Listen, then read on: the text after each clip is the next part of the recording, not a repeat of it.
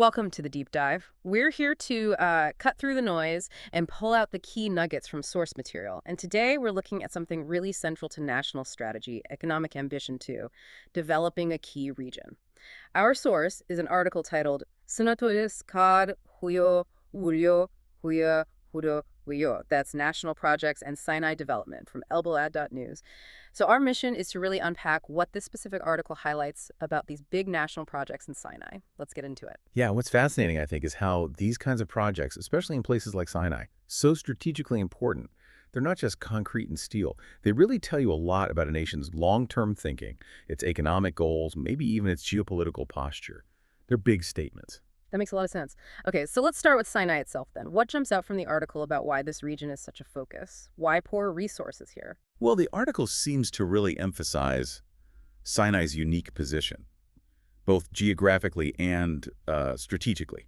It's much more than just a piece of land, you know. It's this historical crossroads, connects continents. Right, the land bridge idea, Africa and Asia. Exactly that, Yeah. directly linking Africa and Asia. And it sits right there between the Mediterranean and the Red Sea. Think about global shipping, historical buffer zones, trade routes. It's always been key. And the Suez Canal nearby doesn't hurt its importance either, I imagine. Absolutely. That proximity just constantly underlines its geopolitical leverage. It's significant. So it's strategically vital. But beyond that location, what about its sort of inherent potential? Does the article touch on what makes Sinai itself valuable? Resources, land. Yes, definitely. It points to the sheer scale, the potential within Sinai. Vast lands, yes, but also untapped resources. It's like minerals, maybe, or farming. It could imply minerals, yeah. Oh. But also significant potential for agricultural expansion is mentioned, especially up in the north where Nile water is being channeled. Oh. And don't forget, it's diverse ecosystems. You've got the Red Sea coast, rugged mountains, huge potential for tourism beyond the usual spots. Yeah. It's multifaceted. Right, so a lot to work with. Which brings us to the national projects part of the title. What kind of initiatives does the source suggest are central here? What are they actually doing? It outlines a really broad spectrum, not just, one type of thing. We're talking major infrastructure. Like roads and things? Yes, new roads, crucial tunnels under the Suez Canal, bridges, all designed to integrate the region better connectivity. Okay. But then there's more. Big agricultural reclamation projects, like using the Salam Canal's water to turn desert green. Wow, okay. And efforts in urban development, too, building whole new communities, new cities even, like New Ismailia, partly to ease pressure on the Nile Delta. New cities, that's ambitious. It is.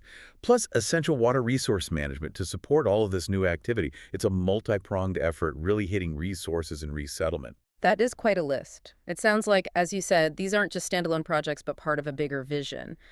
What's the ultimate goal here, according to the article? What's the picture they're trying to paint for Sinai? Well, if we try to connect the dots, the core objectives seem pretty visionary. Fundamentally, it's about driving serious economic growth, creating new opportunities across different sectors. Not just tourism or construction, but broader. Exactly. Broad-based growth. And there's a clear push for population redistribution. Establishing these new urban centers isn't just about housing. It's about moving people. Yes, partly to relieve that intense population density you see in places like the Nile Delta. Interesting. And crucially, these projects also tie into enhancing national security and stability. It's historically been a sensitive border area. Right, that makes sense.